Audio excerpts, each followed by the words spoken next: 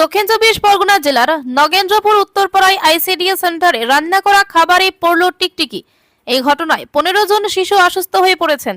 তাদের রায়দিঘি গ্রামীণ হাসপাতালে আনা হয়েছে। এই ঘটনা শুনেই তড়িঘড়ি রাজনৈতিক কার্যকলাপ ফেলে হাসপাতালে দৌড়ে গেলেন রায়দিঘির বিধায়ক ডক্টর অলোক জলদাতা। তিনি নিজে চিকিৎসা শুরু করেন। বিএমওএইচকে বলে ঘটনাস্থলে 2টি অ্যাম্বুলেন্স পাঠান। সিডিপিওকে গোটা ঘটনাটি খতিয়ে দেখতে বলা হয়েছে। বিএমওএইচ ও অন্যান্য মেডিকেল অফিসারদের মেডিকেল টিম ঘটনাস্থলে গিয়েছে। সকলকেই পর্যবেক্ষণে রাখা হয়েছে বলে খবর। বিধায়কের এই মানবিক মুখ খুশি এলাকার মানুষ। তাদের অবস্থার উন্নতি হওয়া পর্যন্ত বিধায়ক ও কনক জলদাতা তাদের পাশে থাকার আশ্বাস দিলেন এবং হাসপাতালে তিনি অবস্থান করছেন। আজকের দিনে সমস্ত রাজনৈতিক কার্যকলাপ তিনি বন্ধ রাখলেন। খুশি এলাকার মানুষ। নগেন্দ্রপুরে 195 নম্বর আইসিডিএস সেন্টারে ওখানে যে খিচুড়ি রান্না হয় প্রত্যেক দিন যেমনভাবে হয় আমাদেরও সেরকমভাবে হয়েছে, বাচ্চারা পেয়েছে এবং বাচ্চারা খাবার নিয়ে যাওয়ার পর গিয়ে দেখেছে কেউ মায়েরা, গর্ভবতী মায়েরা যারা খাবার নিয়ে যায়, নিয়ে গিয়ে বাড়িতে দেখেছে টিকটিকির মধ্যে যে খিচুড়ির মধ্যে একটা টিকটিকি মরে আছে। স্বভাবতই তারপর একটা প্যানিক একটা তৈরি হয় এবং আমরা সঙ্গে সঙ্গে প্রিকশন এই খবর পাওয়ার পর আমার বিএমই সাহেবকে বলে 2টা অ্যাম্বুলেন্স পাঠিয়ে ওখানে যে সমস্ত বাচ্চারা এই খিচুড়ি খেয়েছিল তাদেরকে এবং মায়েরা নিয়ে এসে তাদেরকেও সবাইকে প্রাথমিক ট্রিটমেন্ট দিতে নেয়। আমাদের রায়দিঘি হাসপাতালে এই মুহূর্তে দেখেছেন যে তাদেরকে নিয়ে আসা হয়েছে এবং তার ডাক্তারবাবু দেখিয়েছেন।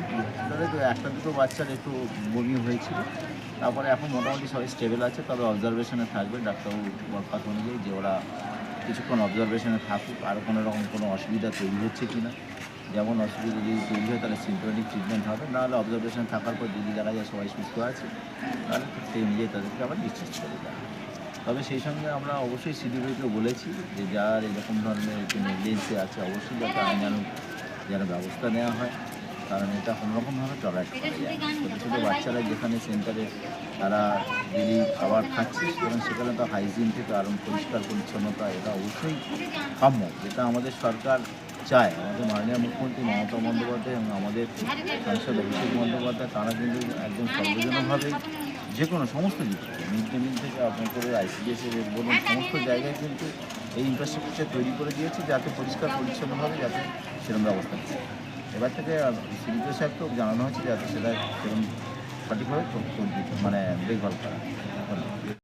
এখানে 260 নম্বর বুথে নগেন্দ্রপুর গ্রাম পঞ্চায়েতে উপপ্রধানের বাড়ি, ঠিক তার বাড়ির সামনেই একটা আইসিডিএস সেন্টারে খিচুড়ি রান্না করার সময় টিকটিকি পড়ে খিচুড়িতে সিদ্ধ হয়ে গেল।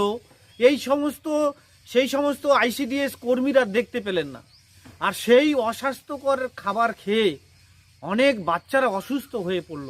আমি সেই বাচ্চাদের অতি সত্বর ঈশ্বরের কাছে প্রার্থনা করি তারা যেন অতি সত্বর সুস্থ হয়ে ফিরে আসে। সেই সমস্ত বাবা মায়ের প্রতি আমার সমবেদনা জ্ঞাপন করি। সেই সঙ্গে এই নির্লজ্জ প্রশাসনের অবিলম্বে দ্রুততার সঙ্গে এই সমস্ত অস্বাস্থ্যকর পরিবেশের মধ্য দিয়ে যেন স্বাস্থ্যকর খাবার প্রস্তুত করা যায় সেই রকম পরিবেশ তৈরি করে তার দাবি জানাচ্ছি।